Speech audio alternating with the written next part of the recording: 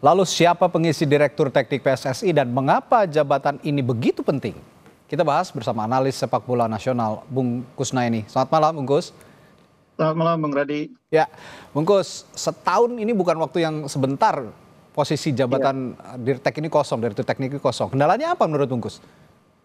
Iya, yang pertama kekosongan posisi Direktur Teknik itu berimplikasi terhadap situasi di tim nasional yang kemudian berujung pemberhentian Sintayong, ya. Itu salah satu konsekuensi ketika kita tidak punya Direktur Teknik yang definitif di posisi itu. Yang kedua, ketiadaan Direktur Teknik ini juga membuat program pengembangan filosofi sepak bola Indonesia agak terhenti nih. Kita sudah punya Villanesia beberapa waktu yang lalu, tapi kemudian pengembangannya agak terhenti. Seperti dikatakan Ketua Umum, kan sepak bola itu dinamis, berkembang. Ya. Nah, berkembangnya seperti apa, itu yang dalam 1 tahun terakhir ini seolah-olah tidak ada yang memikirkan gitu ya.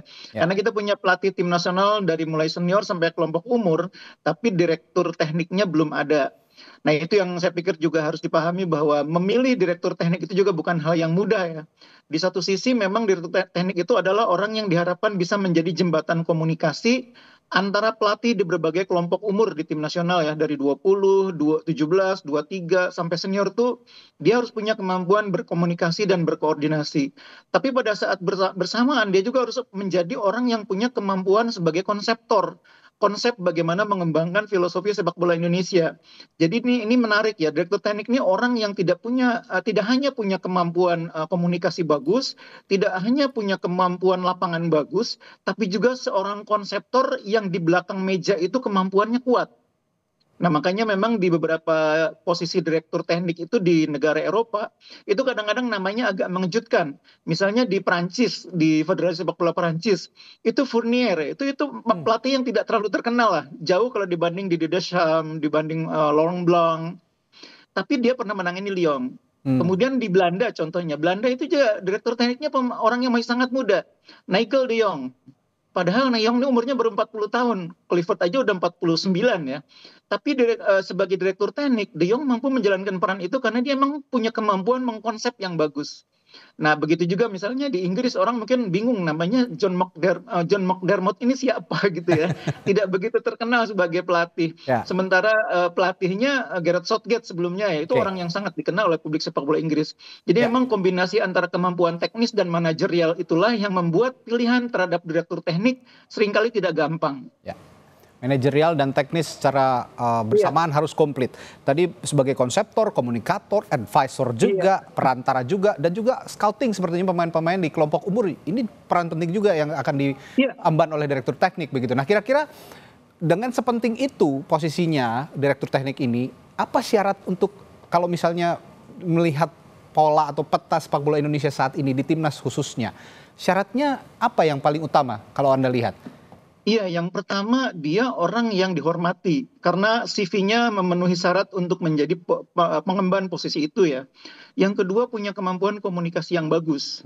Nah, yang ketiga yang juga tidak kalah penting, dia harus mau berada di negara tempat dia bertugas. Karena Direktur Teknik itu jabatan yang seperti yang saya bilang tadi, ada unsur manajerialnya juga, banyak di belakang mejanya juga. Jadi kalau pelatih tim nasional itu mungkin tidak setiap saat ada di Indonesia nggak masalah. Tapi kalau Direktur Teknik kan urusannya tidak hanya soal tim nasional, dia juga soal pengembangan. Karena itu harus banyak berada di Jakarta, karena dia juga terlibat dalam pengembangan sistem kepelatihan, pengembangan kemudian beberapa hal lain yang terkait infrastruktur, itu juga dia terlibat di situ. Makanya saya berpikir Direktur Teknik ini nanti harus orang yang tidak sekedar CV-nya bagus, konsepnya bagus, tapi juga harus punya kemauan untuk berada di Indonesia. Itu persoalannya. Tapi harus dari Eropa juga nggak kira-kira, Bungkus? Nah, ini menarik seperti yang saya bilang tadi, dia punya persyaratan harus punya kemampuan komunikasi ya dengan semua kelompok usia di tim nasional dari mulai U17 sampai senior.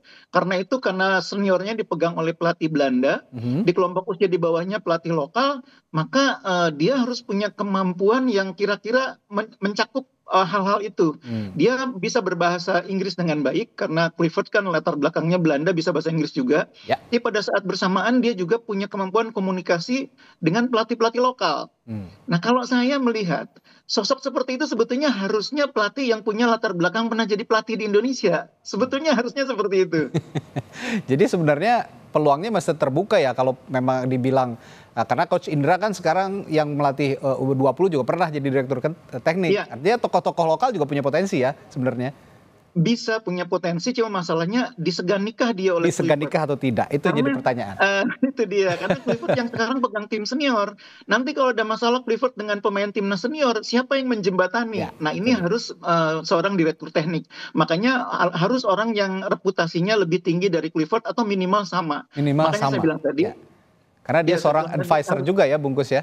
Karena betul, seorang betul. advisor juga ya minimal punya kemampuan atau punya keberanian untuk memberikan advice juga buat head coach gitu kira-kira. Betul, tidak hanya dengan head coach tapi juga dengan ketua umum ya, karena Oke, dia juga federasi juga harus report langsung diperhatikan ke ya. ketua umum. Satu lagi kalau bilang soal komunikator tadi, menjembatani. Bukan hanya dari kelompok umur, lalu ke pemain, lalu ke head coach, tapi juga federasi, begitu ya Bungkus? Iya, betul. Oke, nah terakhir Bungkus, kira-kira kalau di kalangan pandit sudah ada nama-nama yang potensial, sepertinya udah ada yang dibicarakan. Siapa aja nih kira-kira yang potensial? Iya, yang jelas saya hari ini mendengar nama Oliver Bierhoff Oliver yang Bierhoff, memang pernah wow, jadi itu direktur teknik di DFB ya, ya, Federasi Sepak Bola Jerman terakhir tahun 2022 Piala Dunia. Dia oke, sekarang disebut sebagai kandidat utama. Tapi oke, menurut saya sebetulnya lebih ideal kalau orangnya itu yang juga tahu sepak bola Indonesia. Dan itu ya. sebetulnya kita punya Peter Huistra Twitter yang Wistra, betul.